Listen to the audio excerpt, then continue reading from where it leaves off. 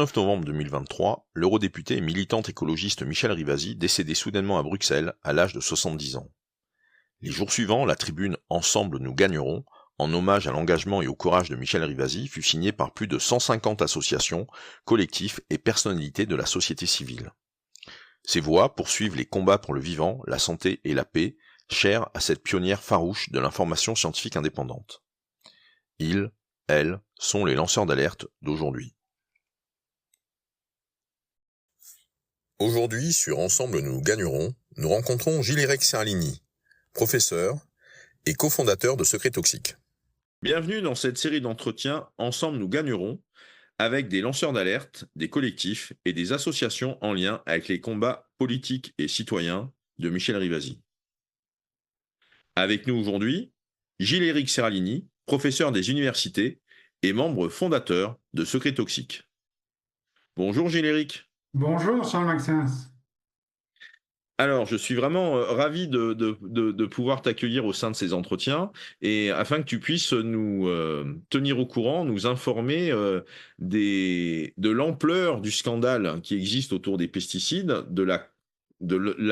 l'importance des problèmes et aussi des dernières nouvelles, voire des dernières victoires obtenues sur ces dossiers. Alors, sur la question des pesticides qui a été à l'origine de l'association et de la coalition Secrets Toxiques, est-ce que tu peux me dire quels sont les enjeux, c'est quoi le problème en gros? En effet, il y a de gros problèmes, c'est-à-dire que la société telle que nous la connaissons et qu'a déjà connu Michèle Rivasi, qui a été une amie, est réellement en train de détruire le monde. Avec la complicité des politiques, mais surtout ce sont des marionnettes au service des grands lobbies agro-industriels et pétrochimiques. Et donc, nous nous sommes rendus compte, avec 43 scientifiques, dont Gérald Gingère, qui était mon principal co-auteur, que, en fait, il y avait une fraude généralisée pour les autorisations non seulement des pesticides, mais comme nous l'avions vu avec Michèle Rivasi, des OGM, mais aussi, on l'a vu récemment, des plastifiants. Et nous nous sommes rendus compte que cette fraude, pour laquelle des responsables d'industrie ont été en prison aux États-Unis, dure depuis la Seconde Guerre mondiale, c'est-à-dire depuis que les industriels ont commencé à convertir les armements pour lesquels ils ont été énormément subventionnés, pour lesquels ils sont devenus milliardaires, comme on est en train de faire aujourd'hui avec les guerres d'Ukraine ou d'Israël. Eh bien, on a subventionné avec nos impôts les industriels pour que, on a dit amen, ces armements soient convertis en pesticides, en plastifiants, parce que on est dans une civilisation du pétrole. C'est-à-dire que sans les gros intérêts de la pétrochimie aujourd'hui, et du nucléaire d'ailleurs, on n'aurait pas ce système. Autrement dit, on subventionne notre mort. Alors, pour comprendre un petit peu ce qu'il en est, là, ces industries qui ont été subventionnées dans un contexte de guerre par le passé, on parle des industries chimiques et donc des produits chimiques qui étaient utilisés dans le cadre soit des innovations militaires, soit aussi des armes chimiques. On est dans ces Absolument. contextes-là, grosso modo. Et Absolument. lorsque vous parlez de la fraude généralisée, c'est-à-dire, ça prend quelle forme concrètement? Parce que ça a l'air tellement énorme quand c'est présenté ainsi qu'on a du mal à y croire. Les formes sont simples. Michèle Rivasi travaillait déjà là-dessus. Les formes sont simples, c'est-à-dire que ce qu'on a fait, c'est aller contre la loi, par fraude réellement. C'est-à-dire que les entreprises ont été envoyées à la prison pour fraude. Tant les entreprises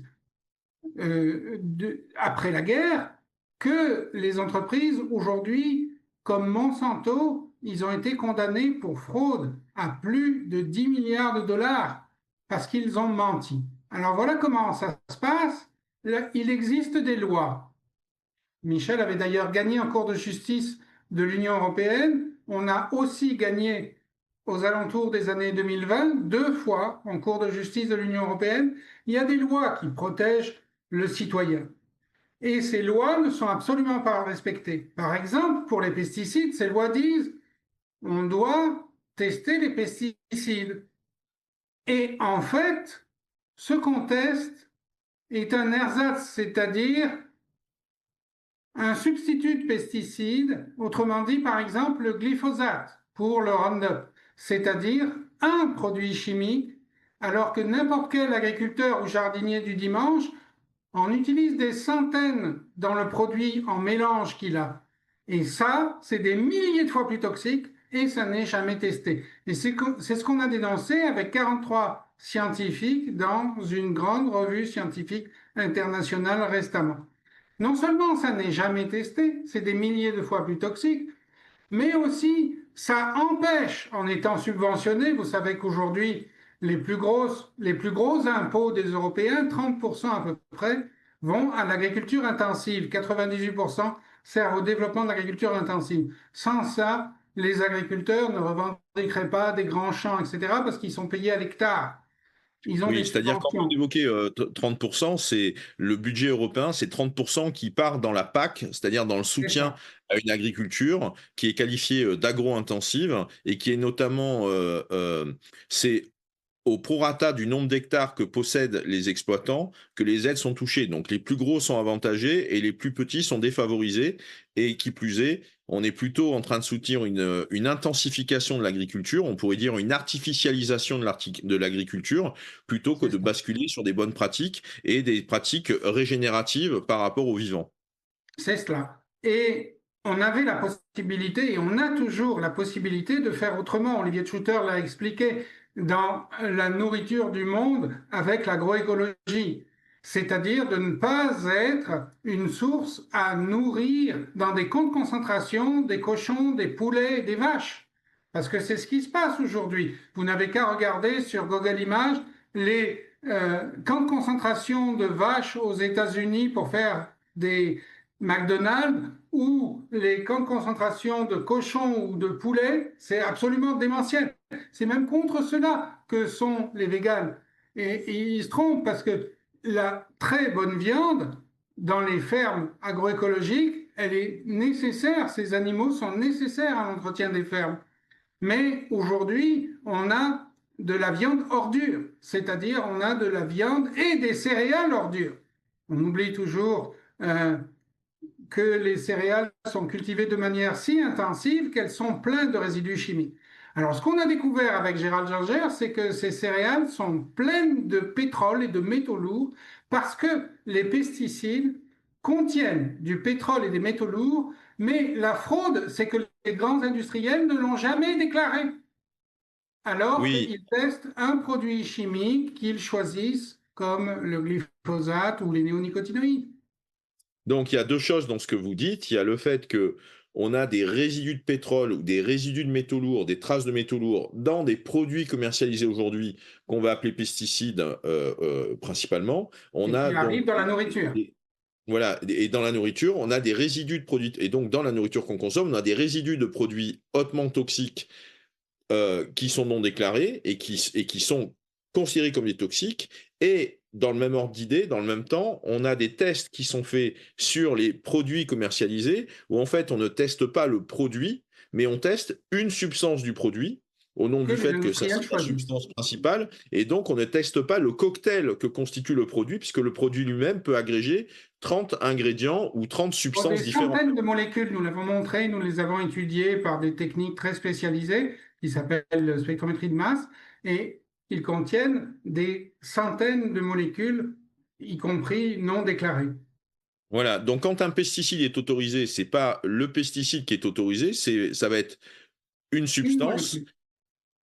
et le produit n'est pas testé dans des conditions réelles de sa commercialisation. Exactement. Et par Alors, rapport à cette notion d'effet cocktail, est-ce que vous pouvez nous partager le ratio en quelque sorte qu'il peut y avoir en termes de changement d'échelle, en termes de toxicité entre un, si on prend l'exemple du glyphosate sur lequel vous avez beaucoup travaillé et vous avez publié plusieurs études, ça a été un des premiers à montrer la très grande toxicité certaines À grâce à long l'aide de terme, en Michel quelque sorte. Rivasi d'ailleurs. Voilà, mais la toxicité du glyphosate pour un organisme vivant, vous avez été un des premiers à le mettre en évidence, avec une manière un peu, comment dire? Avec une manière, avec des résultats, Scientifique, qui de étaient, publier. sans équivoque. Allez-y. Eh bien, le glyphosate est environ 1000 à 100 000 fois moins toxique que le vrai pesticide. Tout simplement parce que les métaux lourds et surtout les dérivés de pétrole qu'on a découverts non déclarés à l'intérieur peuvent faire le job. C'est un cocktail, mais un cocktail toxique. Vous savez, les dérivés de pétrole, c'est ceux qu'on surveille à air parif dans l'atmosphère autour de la grande ceinture parisienne ou dans toutes les villes du monde. Et on dit, attention, là, vous pouvez avoir des cancers. Il y a de plus en plus, d'ailleurs, de problèmes d'asthme et de respiration à cause de ces produits. Ces produits, on les a dans la bouffe, dans l'alimentation, à cause de fraude, c'est-à-dire à cause de produits qu'on subventionne mal déclarés. Alors, on D'accord. croyait au départ que c'est parce qu'on ne savait pas, les pauvres, mais en fait, on s'est rendu compte, notamment à travers les grands procès des Monsanto Papers, j'ai même écrit un livre là-dessus qui a été traduit aux États-Unis, que en fait, ils savaient très bien. Et alors on s'est dit, ah bon, ben d'accord, ben, ils savaient, ils ont été condamnés, 10 milliards, ce n'est pas rien. Bon, les gouvernements du monde leur ont donné des subventions pour compenser ça. Bayer est là, règne et continue.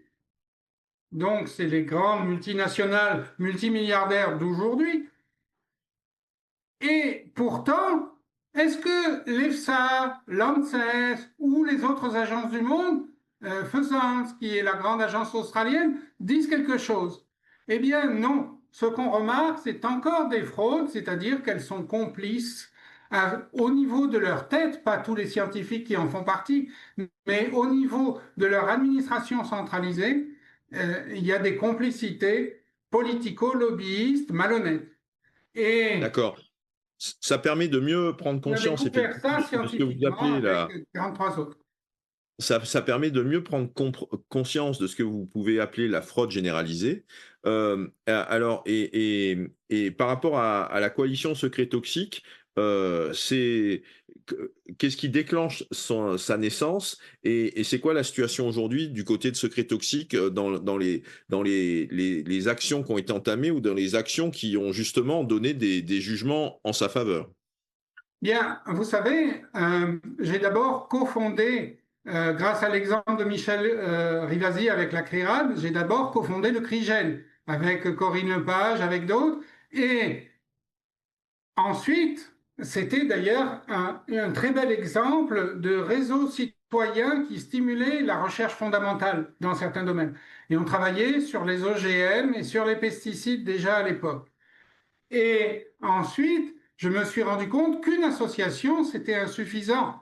Donc, on a fait une coalition d'ONG de 80 associations, puis, grâce à Martin Rieusec, une coalition de mutuelles, et on s'est rendu compte qu'il y avait une inhibition dans le système. C'est-à-dire que même les associations, même les mutuelles, soit elles n'osaient pas, soit elles racontaient ce que disait la presse, les agences nationales et internationales. C'est-à-dire, par exemple, pour le Roundup, elles répétaient, comme le répète bêtement Le Monde dans ses articles, c'est le glyphosate qui est le principal herbicide du monde. Ben non, c'est le Roundup. Ou des produits tels que le Roundup, les Roundup-like, ou les produits qui sont des herbicides à base de glyphosate ou autres. Ce sont les premiers pesticides du monde. Et donc, on fait confondre, comme pour le tabac, mais c'est un autre sujet. Il se trouve que quand même, les résidus cancérogènes du tabac sont rajoutés par les entreprises. C'est encore des dérivés de pétrole et tandis que le tabac naturel ne les a pas. Et c'est les mêmes produits qui sont des conservateurs et qui sont en même temps des cancérogènes qu'on surveille dans l'air Paris, je le disais tout à l'heure, qui sont toxiques pour le corps. Bien sûr, il y a un peu de toxicité du glyphosate, mais pas que. Et c'est pour ça que les pesticides sont sous-estimés, à la fois au niveau réglementaire, parce qu'ils ne sont pas testés. Vous savez, on a fait des lois au niveau européen pour dire il faut tester les pesticides. Eh bien, vous savez qu'on a découvert que jamais, au grand jamais, aucune agence sanitaire dans le monde n'a exigé qu'on fasse un test sur un vrai pesticide. Ils ont laissé les industriels, depuis la Seconde Guerre mondiale, faire les tests sur les produits qu'ils déclaraient. Autrement dit, moi j'ai de la soupe et je déclare que c'est la carotte qu'il faut tester, mais dans cette soupe, on a mis de la pomme de terre, du cerfeuil, on a mis aussi un produit qui contenait de l'arsenic. Mais ça, on n'a jamais testé. Et on va avoir une toxicité qui est cachée volontairement avec la complicité des politiques. Par exemple, j'ai pas peur de le dire, Emmanuel Macron le sait, c'est-à-dire que j'ai été conseiller de 18 ministres et je lui ai fait dire par Nicolas Hulot et par bien d'autres ministres. Et pour autant, en même temps, il essayait d'aider Bayer à racheter Monsanto, ce que d'ailleurs Bayer a fait au niveau financier, avec les impôts des Européens, c'est-à-dire en adossant les crédits financiers de Bayer pour acheter Monsanto aux grandes banques européennes. Et en aidant, ça peut pas se faire sans l'aide des politiques. Autrement dit, il y avait là Macron et Angela Merkel, entre autres. Mais ce système est tueur de la terre. Ça serait pas, à la limite, ça pourrait être compréhensible si c'était une fraude comme une autre. Enfin, comme une autre. Une fraude monumentale, mais une fraude. Mais c'est un système en plus criminel, qui est bien plus criminel qu'un tueur de personnes uniques, parce que ça tue le monde entier. Vous savez le nombre de patients et de personnes qui sont atteintes de cancer, de maladies neurodégénératives, de maladies immunitaires. Ça tue tout, même les microbes du sol, ça tue les microbes de notre intestin, de ce qu'on appelle le microbiote. Ça tue la vie sur Terre, les insectes, etc. Et bien sûr, les gens, le nombre de cancers explose en France, qui est un des plus gros consommateurs de pesticides. Donc, ceci est non seulement urgent, mais dramatique. Et une des clés, c'est que la population, ce que vous essayez d'alerter, Charles Maxence, soit au courant et comprenne le problème, c'est-à-dire que tout le théâtre d'évaluation des pesticides des agences est une fraude aujourd'hui, D'accord. et je le dis en tant que scientifique, pour avoir travaillé 30 ans sur le sujet, avoir été expert de nombreux ministres, ayant été chercheur sur le sujet. Donc, ce que je dis est non seulement mûrement réfléchi, mais en même temps mûrement testé Mmh. expérimentalement. Et il y a 43 autres scientifiques de grande réputation internationale, des toxicologues, qui veulent faire la révolution avec nous, c'est-à-dire qui veulent dire qu'il faut changer les règles. Première des choses, tester le produit tel qu'il existe et non ce que déclarent les industriels, un produit chimique faux. Je Et comprends, c'est très clair. On va revenir, juste un petit peu après sur les préconisations, sur ce que vous recommandez, notamment dans le cadre de cet article ou dans le cadre de l'article scientifique qui a été publié, co-signé par les 43 ou 45 scientifiques, leaders dans leur domaine à l'échelle, de la planète, à l'échelle à l'international, mais aussi, via des tribunes que vous avez pu signer récemment, qui ont été publiées, qui font suite à cela. Vous avez évoqué à plusieurs reprises le lien avec Michel Rivasi sur les questions pesticides. Comment avez-vous fait connaissance avec elle et en travaillant peut-être sur quel dossier en particulier? Ça s'est passé comment la première rencontre ou les dossiers qui vous ont marqué dans votre travail à ses côtés? donc d'abord, il y a eu la première rencontre. J'ai été séduit par son parler vrai, à vrai dire. Il y a très peu de parlementaires européens. Pourtant, je rêvais qu'on en ait besoin et que ce soit la majorité, mais non. Il y a très peu de parlementaires européens qui osent dire et clamer la vérité. Euh, donc, elle en était. Et elle a été connue pour sa fondation de la CRIRAD. Et donc, on a fondé le CRIGEN et on a pris ce nom. C'était le Centre de recherche et d'information sur le génie génétique, donc CRIGEN. On a pris modèle sur la CRIRAD. Et on lui a demandé la permission d'utiliser le même nom. Elle en a été ravie. Et c'est là que je l'ai connue. Et puis, bien plus tard, dans les années 2000 et 2010, elle m'a aidé dans mes recherches. C'est-à-dire que je lui dis, écoute Michel, je soupçonne qu'il y ait des métaux lourds dans les pesticides, parce que dans la paillasse, les pesticides sont 1000 à 100 000 fois plus toxiques que ce qui est déclaré, c'est-à-dire par exemple le glyphosate ou les néonicotinoïdes. Est-ce qu'on pourrait avoir les crédits pour doser ce qu'il y a dedans? Et elle m'a donné un peu de crédit et on a pu doser les métaux lourds dans pas mal de pesticides avec Nicolas Defarge à l'époque et on a trouvé de l'arsenic, par exemple. Il n'y a plus besoin de glyphosate quand on a de l'arsenic dans le produit. Et du cadmium, d'autres métaux lourds extrêmement toxiques. Et à ce moment-là, on a été voir avec ce résultat qu'on a publié dans des grands journaux internationaux et dans des thèses de mes étudiants. On a été voir les ministères, parce qu'en plus, j'étais expert pour 18 ministres au cours de ma vie, donc ceux que je fréquentais à l'époque, avec Ségolène Royal, etc. D'ailleurs, on a fait interdire avec Ségolène Royal certains produits du Roundup qui n'étaient pas déclarés à l'époque et qui étaient extrêmement plus toxiques. Bon, peu importe, on a fait ce qu'il fallait, on a été dire au ministre, mais vous savez, ils contiennent des métaux lourds toxiques. Alors, elle dit, oui, mais c'est Seralini qui le dit, il est déjà très controversé par Monsanto. J'ai dit, mais on s'en fout, vous n'avez qu'à prendre 5 bidons dans le premier supermarché venu et mesurer les métaux lourds dedans. Et vous verrez qu'ils ne sont pas déclarés, que c'était toxique. Et donc, ils étaient prêts à le faire. On a rencontré le directeur de cabinet, machin truc. Et puis, Macron a arrêté les choses. C'était à l'époque le président, lors de son premier mandat. Alors, soi-disant, il y avait d'autres urgences politiques, etc. Mais en même temps, il avait demandé qu'on trouve les raisons pour arrêter le glyphosate. Et c'est là que je me suis rendu compte que c'était fallacieux, l'argument. C'est-à-dire que, soi-disant, il cherchait des raisons pour arrêter le glyphosate, on lui servait tout sur un plateau doré. Ça aurait pu changer l'agriculture. Et il disait non, ben, dans le fond, on va plutôt aider Bayer. Enfin, il ne nous le disait pas à nous, mais après, c'est ce qu'il a fait. Et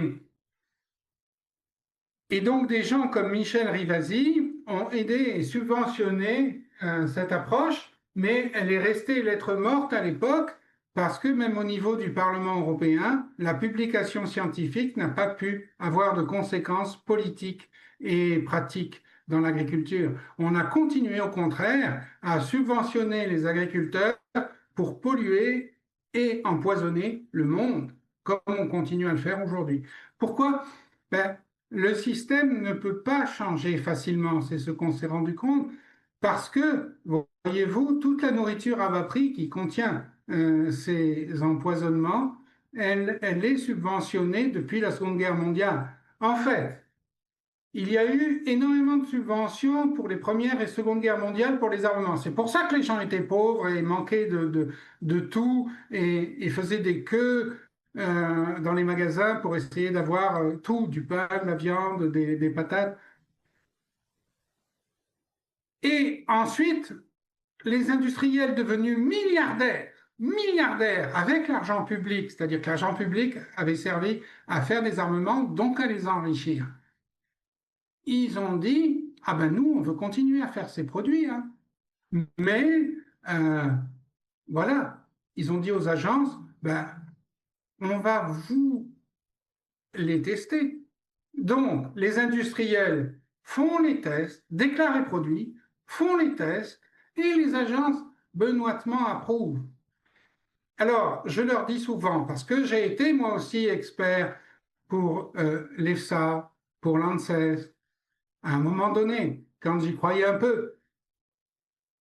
Et je leur ai dit, mais écoutez, quand même, c'est de la magie que vous faites, c'est pas de la science. vous faites croire aux gens que c'est de la science, mais vous faites de la magie. C'est-à-dire que c'est des produits secrets et des résultats secrets. Vous vous rendez compte qu'il y a le secret sur les analyses des sangs des pauvres rats qui ont servi à tester le produit. Mais c'est complètement anormal. En fait, on peut penser qu'on garde les analyses de sang des patients dans une clinique disponible seulement pour les patients et pour le médecin, mais là, les analyses de rats, ils vont rien dire si on publie leurs analyses de sang. Eh bien, pourtant, on les garde secrètes dans le secret des industriels et on ne dit jamais qu'ils sont malades et comment ils sont malades. Et donc, c'est ça le problème. Le problème, c'est qu'on fait de la magie avec les produits qu'on teste, qui sont des produits de la guerre, donc qui sont faits pour être toxiques. Et cette magie, elle sert à quoi? Elle sert à subventionner l'agriculture. Donc, vous imaginez bien qu'il y aurait plus de grands champs de concentration de poules, de cochons et de vaches et de grands champs de céréales pour les nourrir. Aujourd'hui, on nourrit plus de cochons que d'enfants à travers le monde. Soi-disant, on a fait la révolution verte pour nourrir le monde, ça sert à nourrir les cochons en majorité. Aujourd'hui, en novembre 2025, dans Oui. le monde. Merci de ces précisions et c'est vrai que Michel Rivasi, ça se sait, peu, mais elle était agrégée de biologie et ce qui lui permet elle avait fait l'école normale supérieure, elle était agrégée de biologie, donc ce qui lui permettait de pouvoir, non seulement elle connaissait la science, mais surtout elle savait parler science avec des scientifiques puisque elle-même était une scientifique, de très haut niveau de formation. Donc ça lui donnait une certaine, culture générale sur ces dossiers et une capacité à comprendre, des détails scientifiques qui peuvent sonner un peu faux ou qui semblent très très étranges au niveau des résultats. J'aimerais revenir on arrive à la fin de notre entretien, j'aimerais revenir sur les solutions et les préconisations, les recommandations que vous avez faites, notamment dans le cadre de cet article publié en octobre ou début novembre 2025, co-signé avec la quarantaine d'experts mondiaux. Alors, c'est quoi les solutions? Qu'est-ce qu'il y a? Ça paraît couler de source, mais je vous laisse nous les évoquer. Eh bien, on l'a, on l'a écrit et 43 autres l'ont signé, dont Gérald Gingère, un des principaux co-signataires, c'est l'agroécologie. C'est-à-dire, on peut nourrir le monde sans nourrir des grandes concentrations de cochons, de vaches et de poulets, en nourrissant vraiment les gens. On peut nourrir le monde avec une agriculture agroécologique, c'est-à-dire en ne détruisant plus la terre.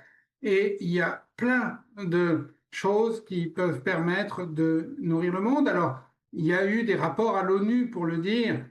Euh, Olivier de Schutter, qui était le rapporteur à l'ONU pour l'agriculture, a écrit ces rapports. On peut ne plus utiliser de pesticides et nourrir le monde. Vous savez qu'il y a 60% des agriculteurs à travers la planète qui n'utilisent pas de pesticides, ceux qu'on ne subventionne pas, les Africains, les Asiatiques dans les petits endroits, et qui peuvent nourrir des familles entières. Avec 1 hectare en Inde, on nourrit une famille entière. On le voit grâce à Vandana Shiva, etc. Donc, on peut développer l'agroécologie davantage dans le monde, progressivement, de manière à aider cette production plutôt que l'agriculture intensive pour les cochons. Très bien. Alors, comment vous soutenir? Comment augmenter l'impact de votre action? Est-ce qu'il s'agit de rejoindre Secret Toxique? Quels sont les moyens à la disposition des personnes et de la population qui va prendre conscience de ces enjeux? Quelles sont les pistes d'action qu'ils peuvent mener à leur échelle? Comment vous soutenir et augmenter l'impact? Alors, ces moyens sont énormes sur beaucoup de plans, Charles Maxim. D'abord, évidemment, on peut rejoindre une des associations de la coalition Secret Toxique. Ils sont sur Internet, il y a de nombreuses coalitions. Mais surtout, on peut lutter pour cette prise de conscience en étant simple citoyen, mais en sachant combien les industriels et les agences fraudent. Et c'est là qu'est votre rôle de le dire à un maximum de gens. En fait, aujourd'hui, le problème des grands journaux qui finalement conduisent la prise de conscience généralisée, tant sur le climat, sur le nucléaire que sur l'agriculture, Le problème des grands journaux, c'est ils sont détenus par des multimilliardaires et de grands groupes, de plus en plus. Et donc, il n'y a pas beaucoup de voix indépendantes, sinon de gens qui expliquent comment faire. Alors, il faut quasiment une médiatisation indépendante de la communication pour expliquer combien le système est fraudeur. C'est pas le,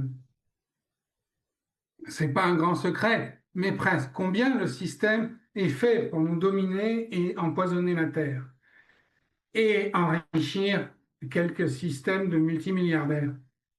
Et on a la possibilité de faire ça aujourd'hui par une sorte de révolution tranquille, mais de révolution consciente sur les lacunes et les empoisonnements du système. Il y a des tas, tout est dit aujourd'hui, tant dans la presse que dans les livres, sur le site internet. J'ai moi-même un site internet, www.seralini.fr, où beaucoup de choses sont dites. J'ai écrit plein de livres, d'autres l'ont fait aussi, et il faut se rendre compte de cela et que ce message soit porté à la connaissance du public au lieu de rester confidentiel comme il l'est aujourd'hui. Même avec quelques milliers d'ouvrages, on n'atteint pas la population. Et, et ainsi, changer le système en élisant les bons politiques qui croient à une transformation. Parce qu'il y aura des politiques qui croient à une transformation du système comme Michel Rivasi, et il y en a. Mais ils ne veulent pas monter au pouvoir parce que le système est trop compromis. Donc il faut leur permettre et les porter pour changer le système et dire aux autres, ça suffit, votre affaire, vous nous menez en bateau, pire, vous nous menez en bateau qui coule la terre. Et on va y arriver. Très bien. Merci beaucoup, Gilles-Éric, pour cet entretien. Et vraiment, je tiens à rendre hommage à vos années de courage et d'engagement. Vous avez fait l'objet de controverses très brutales, très violentes, et je tiens à le dire publiquement, qui ont été soutenues, financées, accompagnées par les industriels, typiquement Monsanto, qui étaient à la manœuvre derrière la campagne de diffamation Oui, dont vous avez fait l'objet. Et on l'a découvert dans les Monsanto Papers. le fameux argument que certains de vos articles aient pu être dépubliés par rapport à leur mauvaise qualité ou par rapport à des biais qui existaient à l'intérieur, de mémoire, ces articles-là ont été réintégrés dans la littérature scientifique Et ils suite à ont la été mise en confirmés, on a évidence. été plus loin et expliqué pourquoi Hmm. les OGM ou les pesticides étaient toxiques. C'est ça. Et donc, il a fallu que d'abord soit mis en évidence le fait que il y a eu donc une campagne orchestrée à votre rencontre, contre vous, afin de ruiner votre crédibilité, votre réputation sur ces sujets-là, parce que ça touchait donc à des intérêts trop fructueux et trop rémunérateurs pour des personnes au pouvoir. Moi, je ne suis qu'un petit exemple. Ils font ça contre tous les scientifiques qui trouvent des problèmes dans leurs produits. Très bien. Merci Gilles-Éric hein, de votre partage et ensemble nous Merci. gagnerons. Merci, merci Gilles-Éric. C'est ça. À bientôt. À bientôt.